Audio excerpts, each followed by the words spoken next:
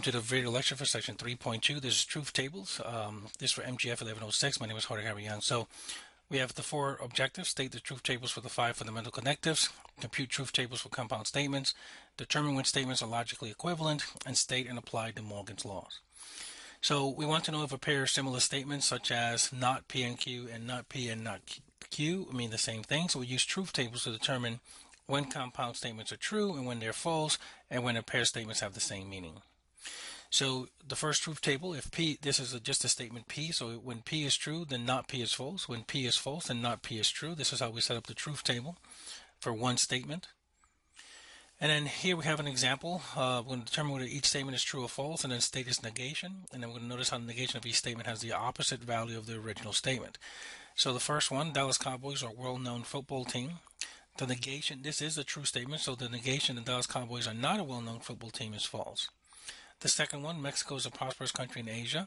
So this is a false statement. So Mexico is not a prosperous country in Asia because Mexico is not in Asia. The next one, we have a truth table for two statements and a conjunction. So a conjunction is true only when both of its components are true. So here we have the P, Q, column for P and Q, and then the column for P and Q.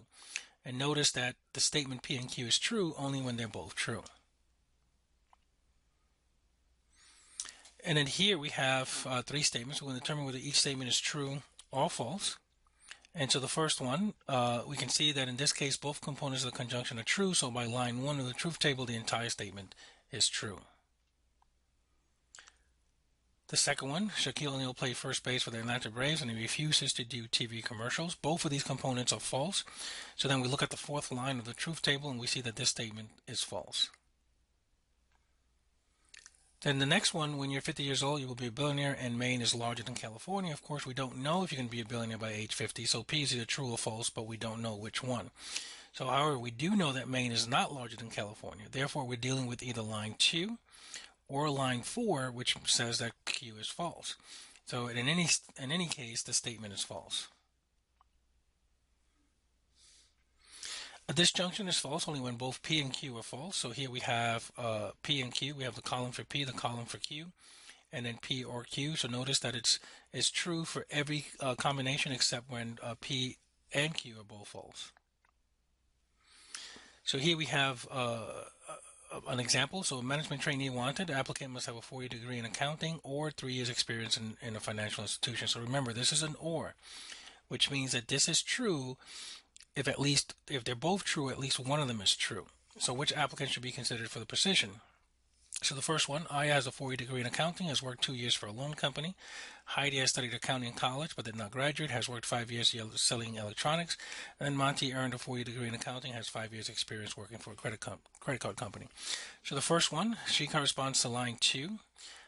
So she should be considered for the position. She is qualified.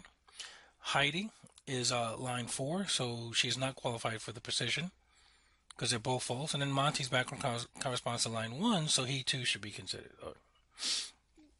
Now, there is some parallels between logic and set theory. I mentioned this yesterday. I won't go over the table. You guys can take a look at that one. The next thing is we use truth tables to find logical values of complex statements. So here we're going to compute a truth table for the statement of not P and Q or P and Q.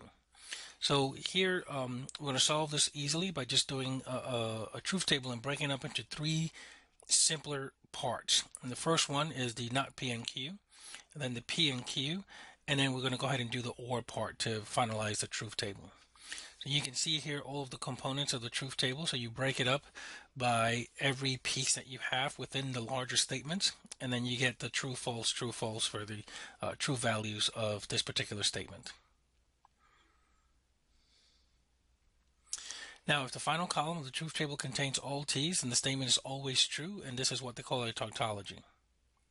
Now, how many rows should I have? If the statement has K statements or K variables, so if it has a P and a Q, it would be 2, so it would be 2 to the second power. If it has a P, Q, and R, it would be 2 to the third power, and that's how many rows has, and that's how you can determine the number of rows.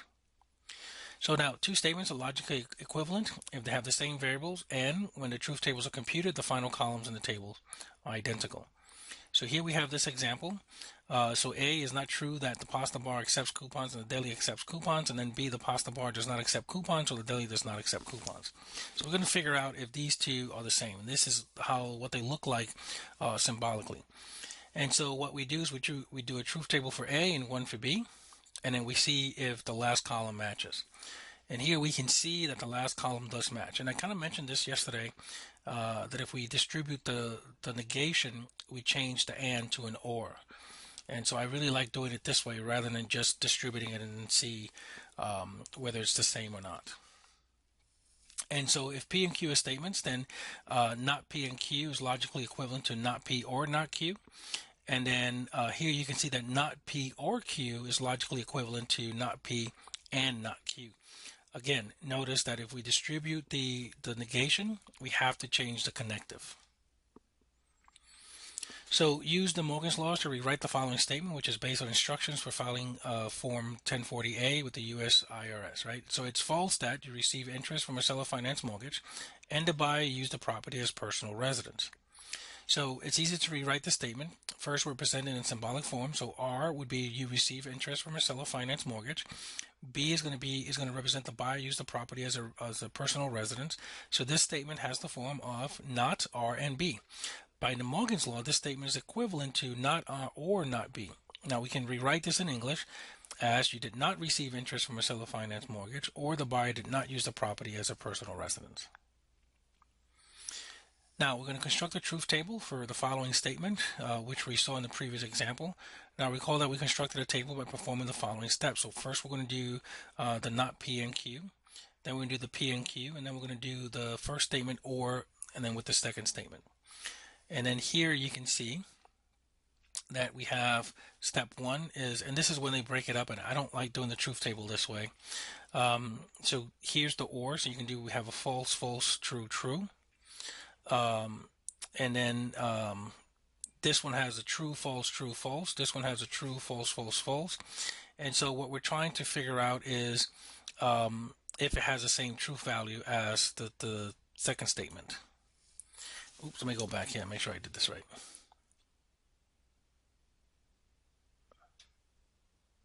Okay, and so now we have another statement. We have not P or Q and not R. So again, we calculate the first part, the second part, and then the last part here. So this is what we're looking for. When you construct a truth table, we're going to look for the column that corresponds to this connective right here, which is this last column here. And so again, the way that I like to do it, I have P, Q, and R. Then I would do not P, not R. Then I would do the not P or Q. And then I would do the not P or Q and not R, which is this one. So I would have more columns, but it's a little easier to understand in my opinion. And that's the end of 3.2.